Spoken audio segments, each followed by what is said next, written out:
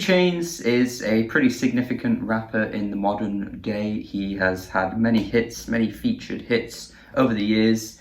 Not exactly as significant as he once was. I can't really remember the last time he was on a huge hit, unless he has recently, but I don't think he has. We all remember his legendary verse from Talk Dirty to Me by Jason Derulo. I hope you haven't forgot that one. But even over the years, in the early 2010s, he was a pretty significant name in like the trap rap world, southern hip hop world, and just hip hop in general, really. It's weird to have someone that's so significant not really have an album that's considered like a classic or like legendary or like a modern great, but I guess he's not really ever been here for that, and he's been successful enough to probably not even care about that, really. I sort of kind of liked his stuff. The odd single here and there is pretty good.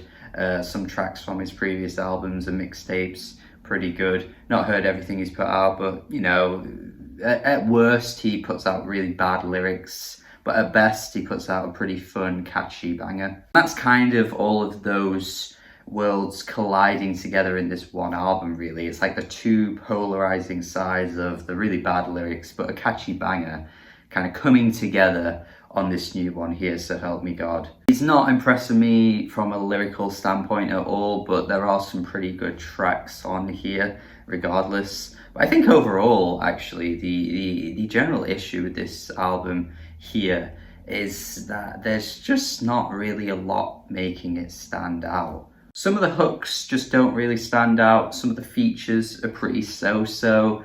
Some of the beats are actually pretty weak. Like, generally, this just doesn't jump in your face very much throughout, which is weird because I always thought Chainz was all about that. But I just find him to be sailing by throughout. I mean, tracks like Save Me have a couple of features on there, but none of them really pop. Once you get to the chorus, the weight behind the vocals is just really light and just doesn't have any aspect of the track that makes me go, oh yeah, like that part, that beat is great, that hook is great. Like, there's nothing really like that. The verses or whatever. Then you've got weak lyrical moments like on Grey Area, which I'm a bit confused by, where he's talking about, I'm old enough to be your daddy, I'm young enough to fuck your mama, fuck your sister, everybody in his side, really. The instrumental is pretty great. I feel like a Future feature would have fit in so nicely on this track.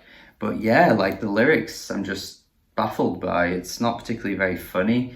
He doesn't really take himself that seriously, but I don't know, I just think he's dragging the track down. The production is taking control of the song and he's just not really bringing much out of the song, which I think is the opposite of Lambo Wrist, where the instrumental is great. The bass, the booming bass, which is the opening track to the album, that just completely takes your attention like instantaneously with that boom, boom. It's so great. And then of course, the hook is really catchy too. Sure, the lyrics aren't exactly great and it's a bit like blingy type stuff, materialistic type lyrics, you know, all that kind of money shit, but I still think the track is pretty damn good for what it is. That track at least had some things that made it stand out from the rest, but then you hit tracks like Moneymaker, and again, the lyrics are just really bad with the whole repetition of the Moneymaker thing, shake your moneymaker crap,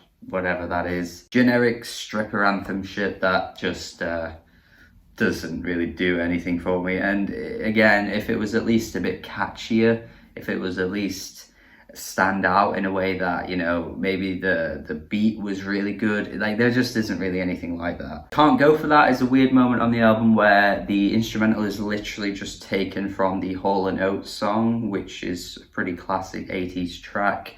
You would think that with an instrumental like this, with a beat like this, whoever's producing it would try and flip it, make it interesting, maybe like chop it and screw it up. Like, that might have been cool, but instead it's literally just taking the original and putting it in your own song, and it doesn't really scream original to me. Not only that, but once again, similarly to Save Me, the vocals on this track just don't carry a lot of weight, so it kind of just breezes by without leaving much of an impact.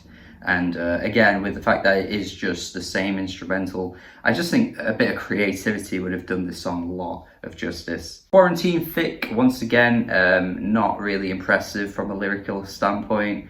I don't really know what this is appealing to or who it appeals to.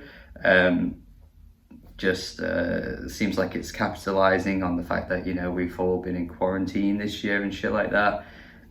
Don't really get the appeal. The feature on this is really bad too. Like, Mulatto adds such a weak verse. I was actually really impressed at how poor it was. And it's not as if the well-known names are particularly that impressive either, because the Kanye feature on this track is incredibly so-so.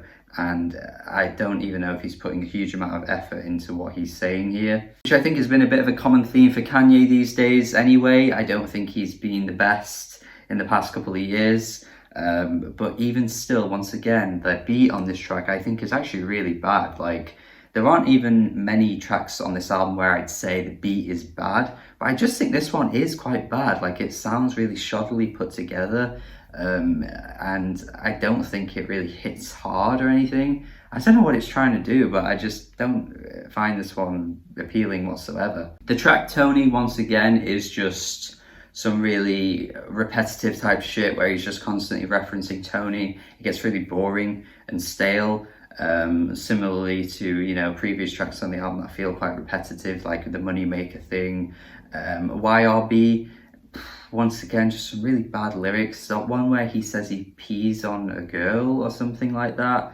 I can't remember exactly what it is because it was just so bad. But that entire like string of bars I thought was pretty terrible. So yeah, overall, it's just a bit inconsistent really. Like, whenever the track sounds okay, the hook ends up being weak, or when the track has a pretty meh beat, maybe the lyrics end up being the weakest aspect. Like, each track just has one thing that drags it down, and quite often it ends up being 2 Chainz himself. He actually sounds good over these tracks though. Like, his flows are pretty good. He's got, you know, a pretty commanding stage presence. Like, you notice 2 Chainz from a lineup. It's not like he's completely you know, unrecognizable or anything like that. He has a pretty recognizable voice. I think he's just not trying as hard as he could be. Like, again, some of the lyrical themes on here are so weak, and I feel like he could do way better than this, honestly. So yeah, I think a 5 out of 10 from me. It's just nah. I did forget to mention though that the Uzi feature is actually really good, which is weird because I'm usually quite critical of Uzi, but he has one of the best features on the entire album, and that track actually does bang pretty hard too. So, you know, like, again, there's some highlights, some good moments, but generally, yeah, it's pretty meh. So thank you for watching my review. Hopefully you enjoyed it. Hopefully you got something out of what I had to say. Let me know if you disagree or agree in the comments. Thank you for watching this review. Do have a good day. Subscribe if you haven't already as well for more videos coming. Plenty of different reviews. And we are approaching list season 2. It's getting closer to the list season. So subscribe now and you'll get plenty of exciting content in the next month or so. So thank you for watching. Have a good day and goodbye.